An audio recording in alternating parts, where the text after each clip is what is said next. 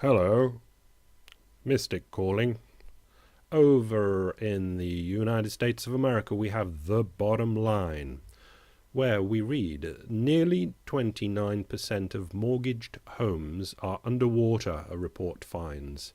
A whopping 28.6% of homeowners with mortgages owe more on their loans than their homes could sell for, according to Zillow, and that's up a bit from the last time they looked. Not good. In my head, I had the figure at 20 to 25%, and it looks like it's edging up 25 to 30% now, because there's different ways of measuring all this. But if it's edging up, that's very bad news indeed, because we know how much of the American economy is really supported on housing.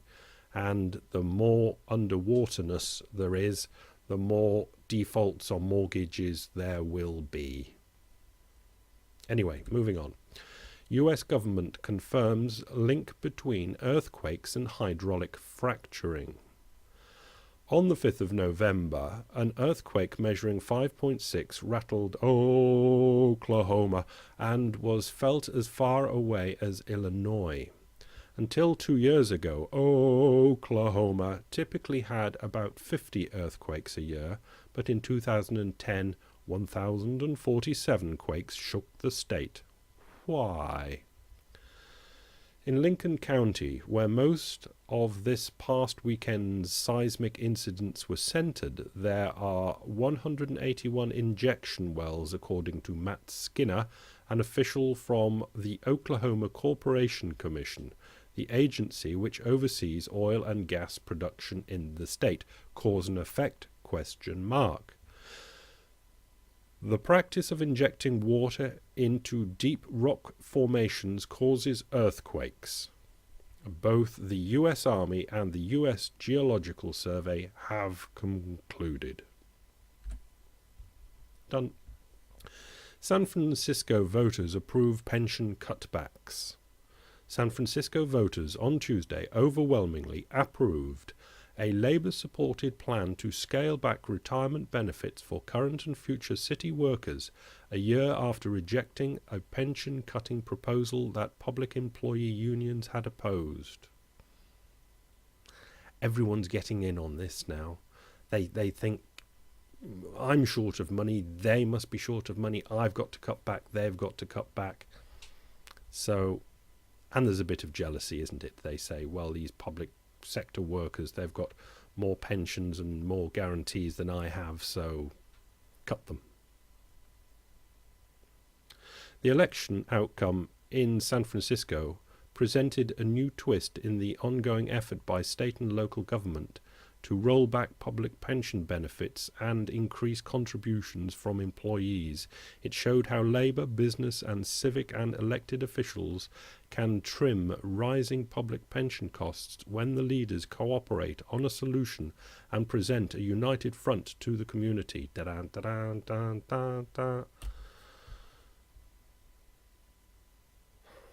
I watched this. You can watch a news report about booze-soaked tampons. Kids soak the darndest tampons in booze and insert them into their private parts these days. Moving on. Girls and boys, yeah. Technology. Adobe to abandon work on mobile Flash.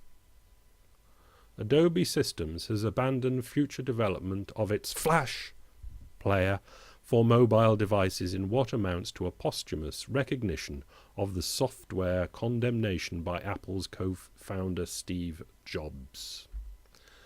In a tirade, this is later in the article, in a tirade against Flash on Apple's website last year, Mr. Jobs described it as unreliable, insecure and battery draining on the iPhone. He said Flash was a proprietary technology and Apple preferred an open set of web standards known as HTML5. In a blog note on Wednesday, Danny Winokur, Adobe's head of interactive development, said HTML5 was now universally supported on major mobile devices and Flash Player would no longer be developed beyond an upcoming 11.1 release for Android and the BlackBerry Playbook. Flash. Quick note on crude oil prices. WTI got up to 98 yesterday, but I've put this in to show that it's probably market forces, quite a lot of this, because they've been getting oil away from Cushing however they can, and it looks like the inventories are probably dropping because the WTI crude is increasing over the last couple of weeks more than the Brent crude oil price. Okay. This is big. It's the FT, the Economist. It's the FT Economist Global Business Barometer. And these two between them do ask thousands of really top business leader types about what they think the future is going to be. It's a really big survey. And I think it's 3 times a year or twice a year. I can't remember.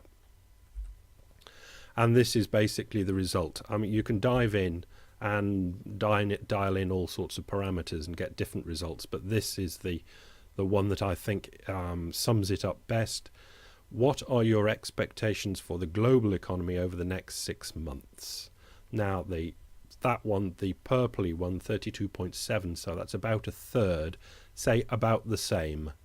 So the good and the bad are divided between the blue and the reddish colour, and obviously the blue is good and the bad, over half think it's going to be a bit grotty over the next 6 months. The global economy.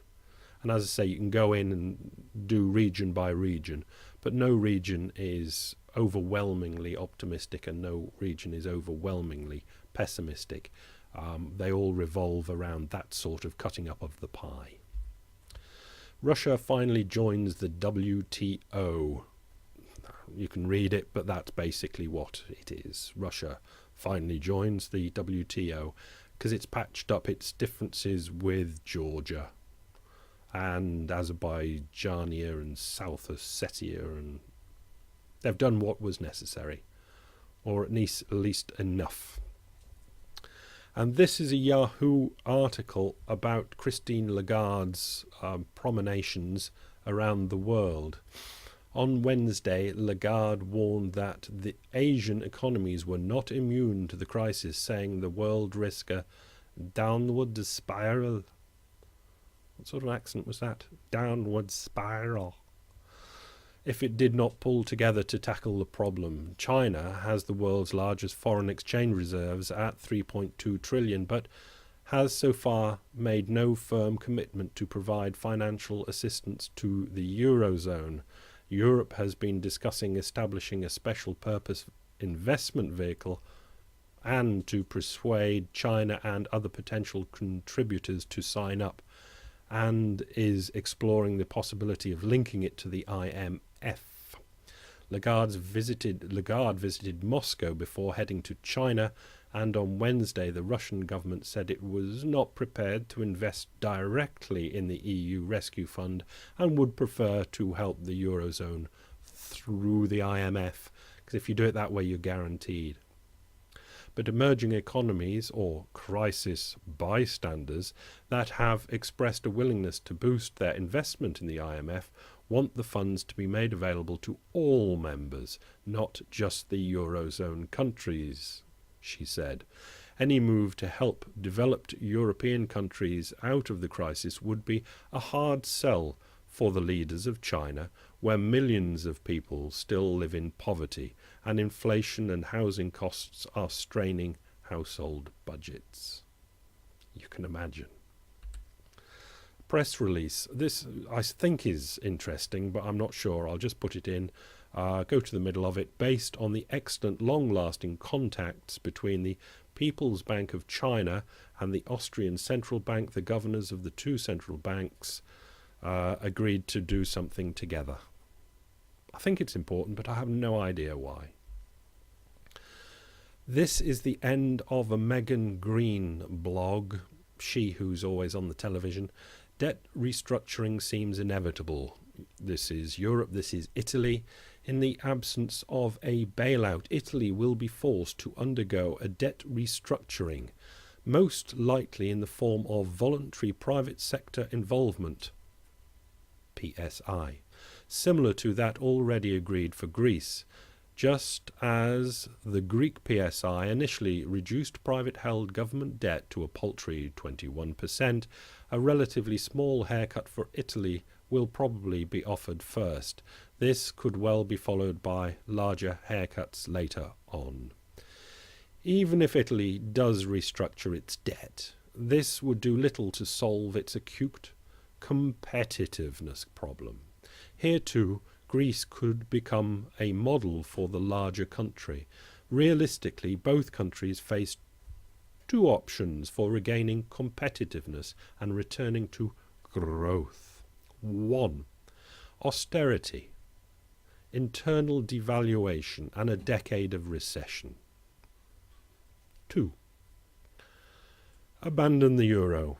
Issue a national currency, allow it to depreciate significantly and regain competitiveness almost instantly, though leaving the Eurozone would be extremely messy and painful in other ways. Given these two choices, I think there will come a time when the Greek and Italian and Portuguese and Spanish governments will opt for the latter. In other words, the Eurozone breaks up and they go back to their own countries' currencies. Leave you with this: European bank exposure. Highlighted in the graph, Italy. So it's who Italy owes money to. In the middle there, you can see the United States at $46.9 billion. And at the top, $416 billion Italy owes France. No wonder Sarkozy's a bit edgy lately. Bye.